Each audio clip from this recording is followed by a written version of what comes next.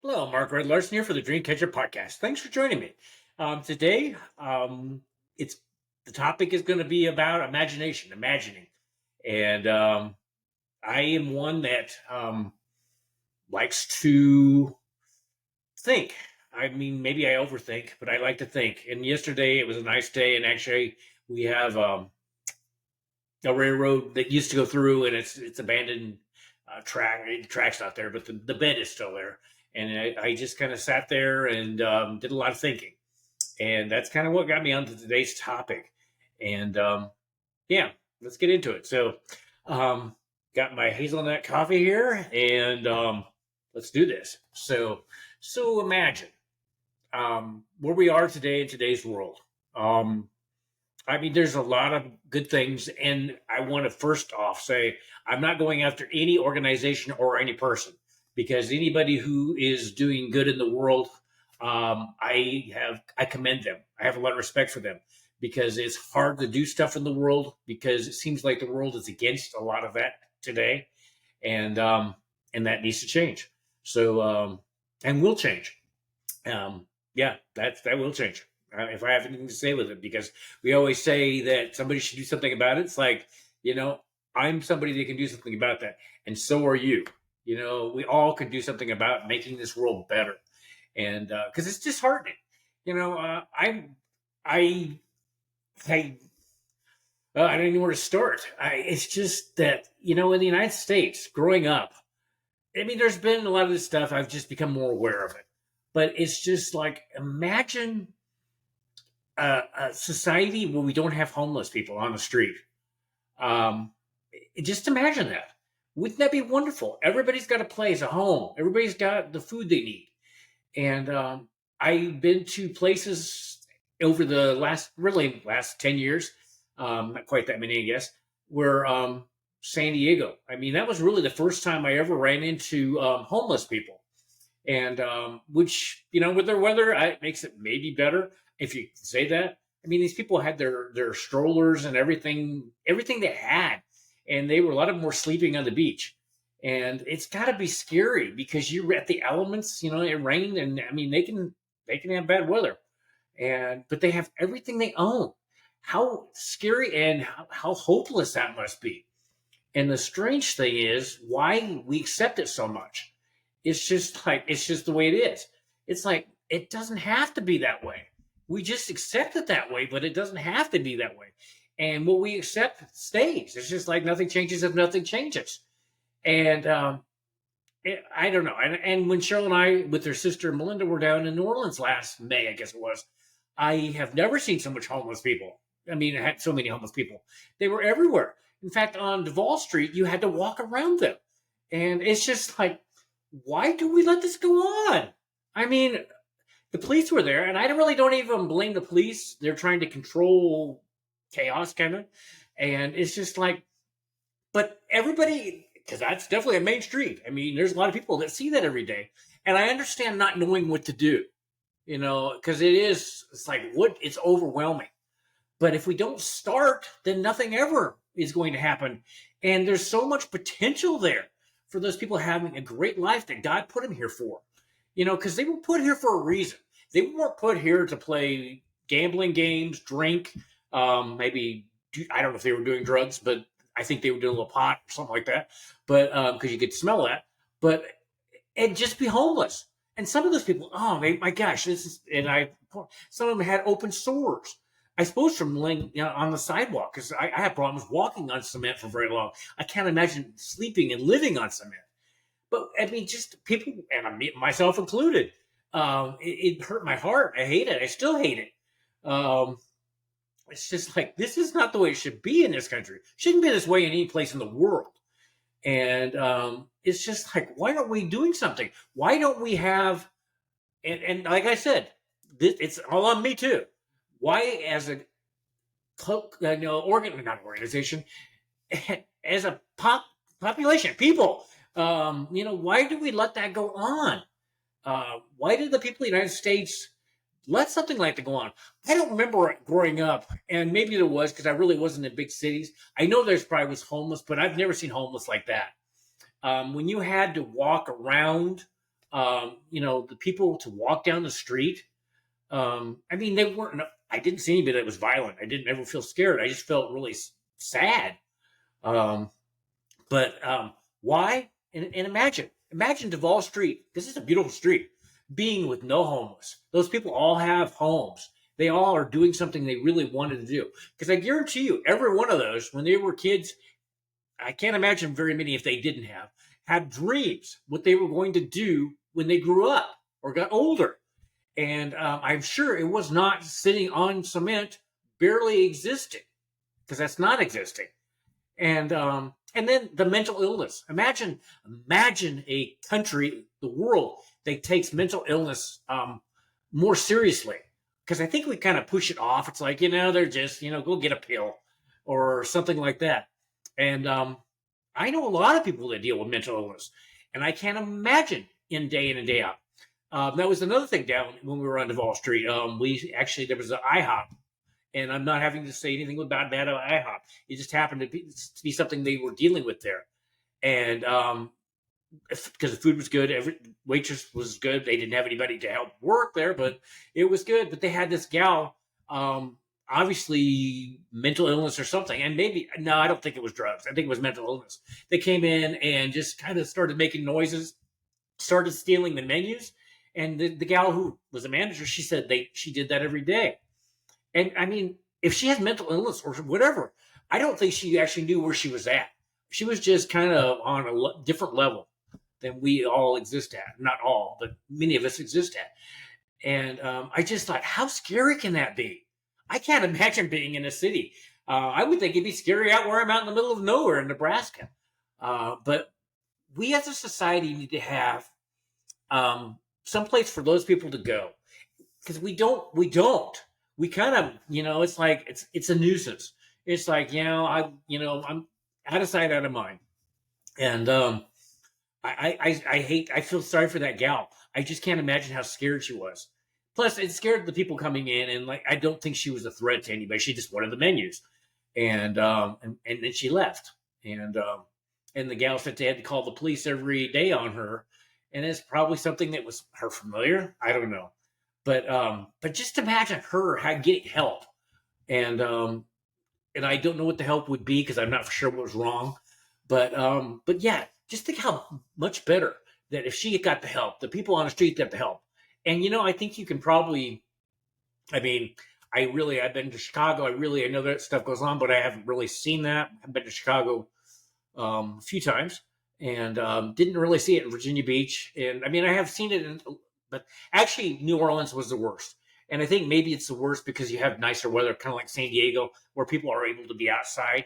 I mean, if you did that in central Nebraska, sometimes at the times of the year, you would be in trouble because you would probably, freeze to death. I mean, we get down to 0 or below 0. I mean, I've seen it down to 32 below here, actual temperature. So you don't see the homeless. But thinking homeless do exist here. What do those people do? And yeah, we have Salvation Army, and we have all the battery of those people. There's so many of them, and like I said, I commend them because they're dealing with a huge problem.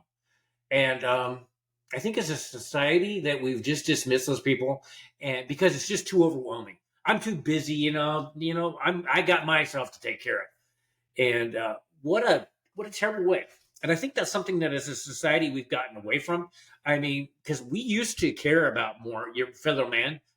Not saying it was perfect, but I do believe when I was growing up, for one thing, and we still do it really where I'm at in central Nebraska. I think rural areas still do it.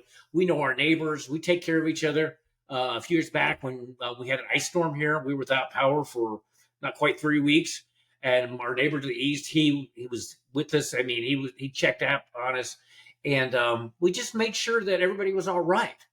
But I think in the bustle, hustle and bustle of everything going on, we've kind of lost that because everybody, including here, it's kind of a sickness, kind of a disease that's spreading across this country. The hurriedness, whatever. If I could say that, easy for me to say, but it's just like we're in a hurry, so I don't have time. I really need to do something. I hope they're all right. And then we go on and then it's out of our mind again. And And I'm one that I can't get that out of my mind. That's why I can't watch violent things. That's why I despise violent anything on TV or movies. I can't listen to a lot of the music nowadays. The wordage, I can't do it. It's just there. I ruminate on it, and it makes me feel really down. It's just like I and I don't know if maybe I'm unique on that, but it's just like, why aren't we doing something? Just imagine if we did. And I'm open for suggestions, because together it has to be together. We have to do this as a nation, as the world. That's what God would want, and it is. It's just like, help your fellow man. It is. It's right there, but we don't do it. And I think I've gone on long enough in that. But just imagine if we got the homeless off the streets and got them, you know, because I mean, even if because we're training a lot of this stuff nowadays for jobs that aren't going to exist very much longer with AI and robots and all this stuff. We can train them for fast food, and not for sure how much longer fast food is really going to have any humans there. I was watching a thing the other day that they were in 10 years they were showing construction, houses being built by robots and putting sheetrock up and all that. And I know how much work that is with having been a handyman for over 20 years. But it's going to put a lot of people out. So we need to maybe have a mastermind where we come together and it's like, so what jobs are going to be there that we should train these people? For one thing, and I think this is my idea of thinking, is start people out with their little nest egg that has to go to investing. And I don't want them to put it. I mean, they could probably put it anywhere, but I would not put it in an IRA. IRAs were never ever meant to really help. They were just a quote unquote. It's like, well, we're getting rid of pensions, so we got to give the people something, or they're going to riot. And they should have rioted, because IRAs are a joke. The majority of the people have nothing saved, and I was reading it, it's like 6 figures, 100,000. I can tell you, in today's world, that doesn't go very far, especially if you're going to retire. And so most people have to continue to work, and that is not living your best life. And just imagine if we still had something where people could go in there and show people how to invest, how to, put it away, buy real estate, whatever it is. Because once you kind of get the ball rolling, a lot of times that's what it takes. But these people don't even have a chance. They barely can buy food, and they sure can't do any more than that. So you're not going to be investing because you're trained to invest in not being hungry. And just imagine if we did. Everybody got this much money, and we had everybody invest. We had kind of a nationwide or statewide or whatever. We had, each state had, like Nebraska had their investment mastermind, and people came together, but the money could not be spent on anything except for investing. And there would be a guideline for what investing, that would be something going forward, because I don't think IRAs are going to be around much longer. I think people are getting smart to those.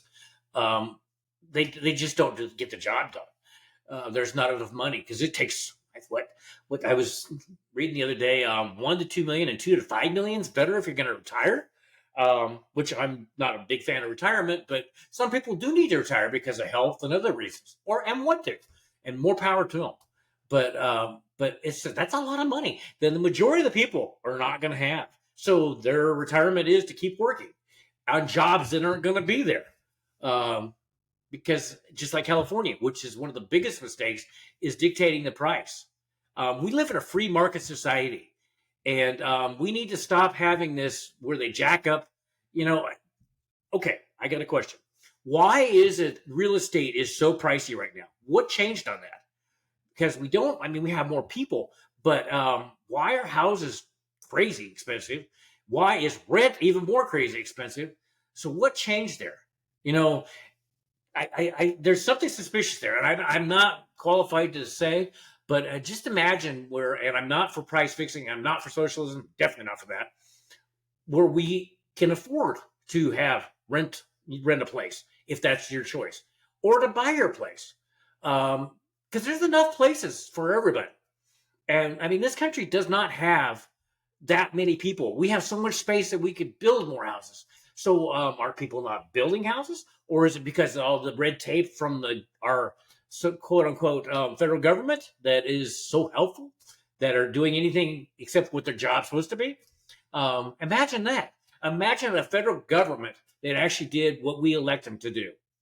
That is one thing where we need to start. Number one. One thing, they can't run up a debt. The debt has to be, you have to live within your means. And if you don't, you have to find a way to get more money to do that. This thing of this unrelenting, we're spending and printing more money, which makes our money worthless. It never in history has ever worked out. And it won't work out this time either. So, but just imagine we stopped that. We held our government officials accountable to what they were supposed to do, not regulate us to death. Yeah, it gives them a job, but the jobs they're doing, we're never ever were elected for. It's just like, get rid of the Department of Education. Imagine that. We went really well with how many years without having a Department of Education? Because I can tell you right now, the local school district, the local people know how to do their schools better than the federal government. Imagine that. Because like anything, you're there, you're dealing with what's going on. And yeah, have a guideline of stuff that needs to be met. I have no problem with that. But have a guideline of stuff that actually is relevant for today, like investing. In history, I agree history is important, because if you don't know history, you repeat itself. And that has been proven. But there's so many things that they offer in schools that don't make any sense. And I mean, the math.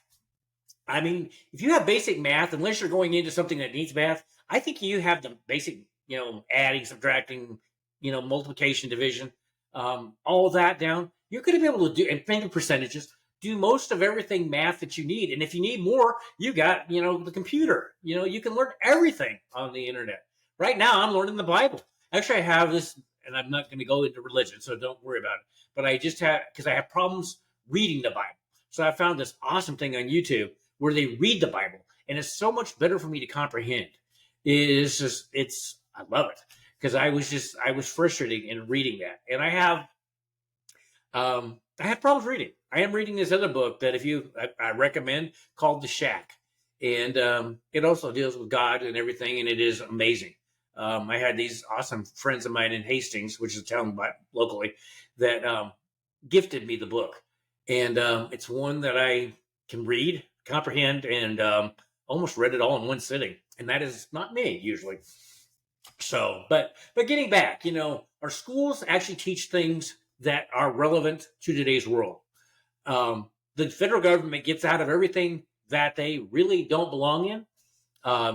Just like putting kill switches in the cars for 2026 and afterwards. I don't know if that got passed or not, but it's like not any place that they need to be concerned with. Getting rid of TikTok. They're so concerned that it's owned by a Chinese company. What is everything else that we get in this world? It's made in China. So why TikTok? There's something really very peculiar there. Makes I very suspicious. I think it's not on the up and up for the reason they want to get rid of TikTok. And going back to China, and I have no problem with the Chinese people. They're just trying to make a living building a product. So why did we go from being the premier? We made the best products. We had the best standard of living. What changed? Yeah, we shipped everything over to China. Why? Why did we do that? It was globalization. So what sense does it make to have stuff made way over there in China or wherever, and have it shipped back to the United States or wherever?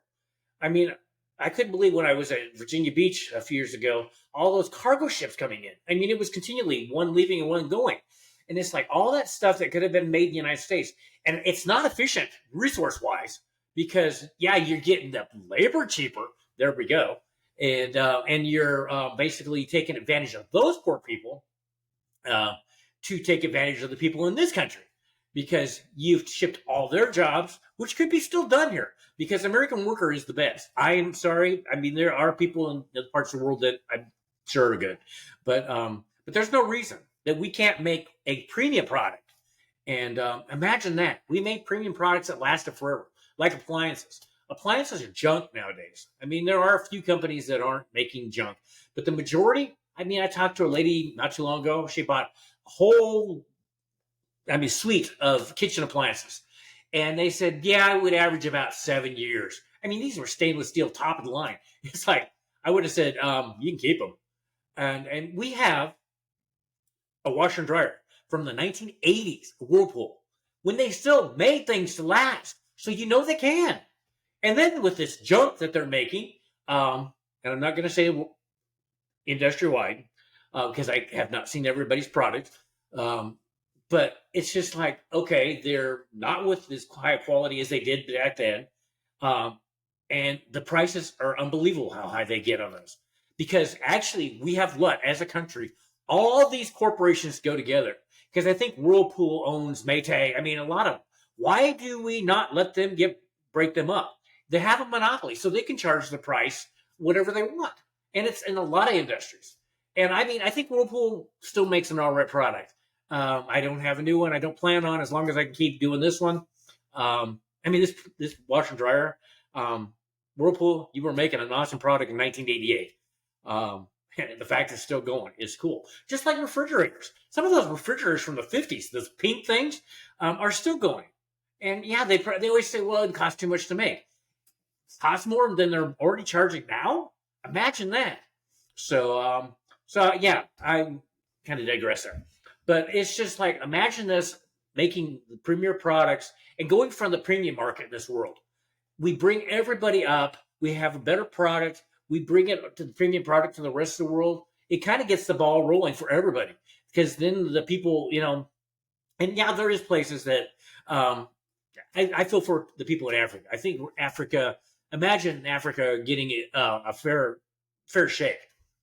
I think we take advantage of those poor people. And I've got one in Ghana, and this poor kid, he just lost his mom and dad. They were killed. He has got his two sisters he's taking care of. He's still a teenager. He's an amazing kid. And I think, imagine we discount those people as being third country, and kind of what I think of in Africa as being almost like what you used to see in National Geographic. And I'm showing my age there. But it's just like, this kid is amazing. This kid's entrepreneurial. And he reached out to me. And he is the sweetest young kid. And he's sad. I mean, he lost his parents. So imagine worldwide, we have support for people who have their kids killed. It's just so many things that this world could be so much better. And I think it maybe is better, but I actually think it was better when I was growing up. I mean, yeah, there was still stuff going on, and there always will be, because it's human nature. But it doesn't mean that we give up on trying to make it better. Imagine that. When you give up, nothing gets better. And we got to stop that mentality, that mindset. Because that's one thing with entrepreneurial, being entrepreneurship and stuff. We always see that there's something that could be better. That's kind of what the mindset is there. It's like, I can do that better. And we need to get more, not the employer-employee thing. We need to be where you have your own business. And that's one thing I always try to get people to start on their own business, because that's when you really, because everybody's got an idea. Most of the people dismiss it. And I want to get to the point, imagine this, where people don't dismiss their idea, that they don't miss their value, that the value they could offer to the world. Schools out there that teach that, entrepreneurial schools. And there are some people out there, and I'm not going to name them because I don't want to get the wrong person or the wrong organization. But there's so much potential for good, so much potential to teach these people, so much potential to get these people in the gyms. Health is wealth. And a lot of these people, and the Y is very good about getting you into the gym. They have all kinds of ways if you don't have much money. But these people that are overweight, they don't, for one thing, I don't know, a lot of them have been taught how to eat. I think another might be something that they're dealing with in their mind. I don't know if we would call it mental illness. I don't know what it is. I can't say because I'm not a doctor on that. But if you got that taken care of, where they got their weight down, and that we taught them how to eat, we taught them how to start their business. We gave them that nest egg so they can invest, so we could actually get the ball rolling. That everybody in this country, can you think how much I mean, there would be so much building. We would be able to pay off, hopefully, our national debt. We would have our government in doing what they're supposed to be doing and not messing with our lives daily. Um, yeah, wouldn't it be? Imagine that. Wouldn't that be a wonderful world? And then getting our food out of these corporations that keep putting stuff that is not the best for us. Just the fact that they put MSG, monosodium glutamate, which I am extremely allergic to, and they don't seem to think that's really a problem. I complain to them, and they push it off. And I talk to a lot of people. In fact, on my YouTube channel, it's been one of the more viewed videos I've ever done because people fight with that. And I can tell. I mean, I kind of almost have had it and ended up in the hospital because of that. But they don't seem to flavor enhancer. And there's a whole bunch of other ways that they sneak it into your food. If our food's so good, we didn't have that growing up. We did because they put it right out there. They had stuff, the flavor enhancer they did in the 70s, but they didn't when my parents were growing up and before the corporations really got involved, big business got involved in where they didn't care about the product. They just cared about making a profit. And we need to get our food back to what Cheryl and I found in Italy. And what we all immediately said, this food is so much better than the United States because Italy has really awesome food. If you ever get there, it is so cool. It is just, the food is just, I don't even know what to say. It's awesome. But marked difference from the United States by a long ways. But, it's just different mindset over there. I saw Italy was the first country to ban fake meat. Why do we need fake meat? Fake meat can't be good for you. I don't want my meat or whatever else brought in a petri dish. It's just like, no, don't do that. Mother Nature knows how to do it better. So, and then moving on, imagine our food being awesome like it used to be in this country, doing the best products. And there are companies, the smaller companies are still putting out a good product. Don't get me wrong. But our medicine, we imagine us being able to have a nonprofit medical system where we don't have to worry about getting sick. Because I can tell you, because Cheryl and I've had many experiences with our very, very, very broken medical system. And it's not the doctors. I think the doctors are have sold their soul, a lot of them, but not all. I know many doctors. And I feel sorry for them, because it's like they're having to deal with these drug pushers, basically. And if you don't believe that, look at the stupid TV commercials. Every freaking one. And sorry about my language here, but it's just like, no. And why we even allow that? I mean, the only other country in the world that allows commercials like that for drugs is New Zealand. Nobody else in the world allows drug commercials. And we don't prove them. They put them out, like one every day and probably more than that. And it's just like, okay, so how is this going to help you? Oh, side effect, potential death. That's a pretty bad side effect. What country allows that to be even on the market? If there's a potential for death, there is no way that should be there. And it's just like, no, we should have a nonprofit. No, there should not be any money made in the medicine. It should be for the good of the world and society. And I'm getting on my high horse here. But just imagine if we could have where everybody knew when they had a baby that it wasn't going to be, I think I saw the average was $19,000.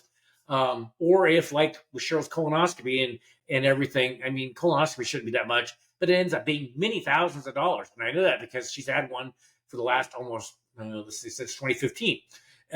And they don't pay for a lot of it. And I'm not blaming the Affordable Care Act companies. The companies we've had have done all right. They have to deal with the system that the government puts out. Yeah, imagine our government being on the up and up on that too.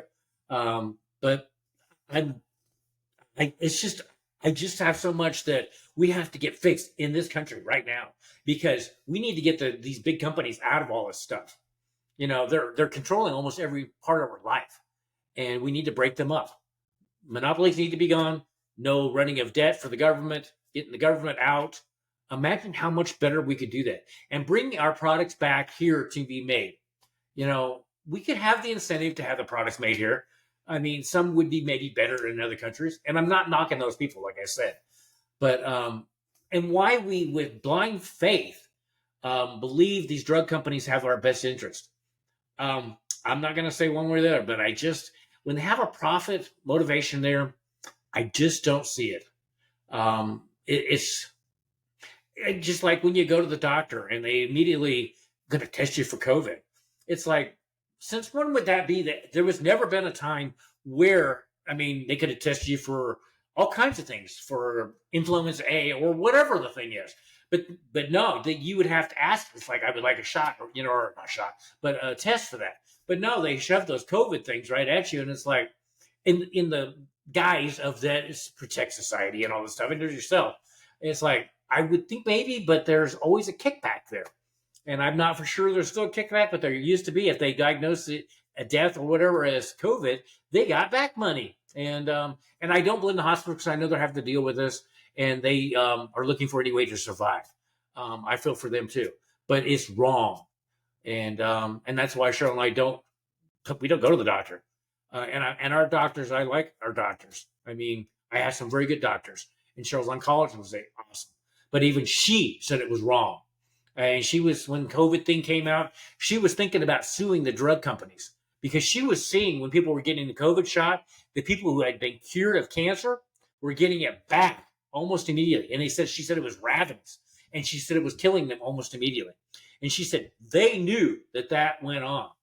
And and I'm sure there's other doctors that probably said the same thing. And it would be tough to come forward with a doctor. But when are we going to realize that? That's why I've never had a COVID shot. We'll never have a shot. I don't know if I'll ever have another shot ever again. I don't trust them. They ruined any trust I had in the drug industry. I will take an antibiotic, like I've said in previous episodes, but I think this is going on. Just imagine all the stuff that could be fixed in this country, and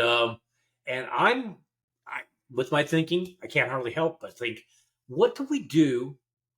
And in comments, put up something that you come up with. And if you don't think one person that I got to know in Vegas, Charlie Rocket, you want to see somebody who's really walking the walk. Charlie Rocket is amazing.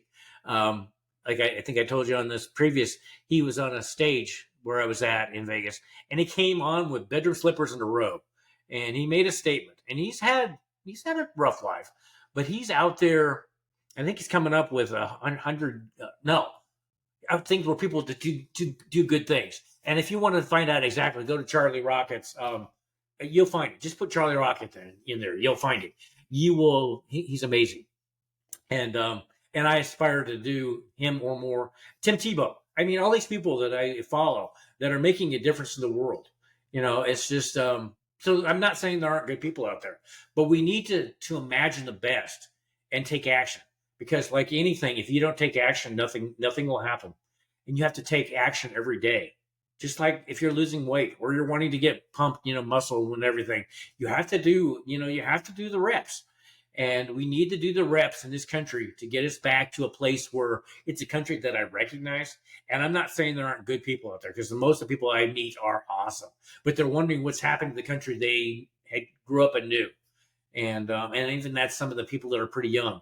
It's like, what's wrong with this country?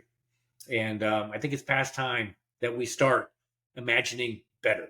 So on that, thanks for joining me on this episode of the Dreamcatcher podcast. Until next time, imagine.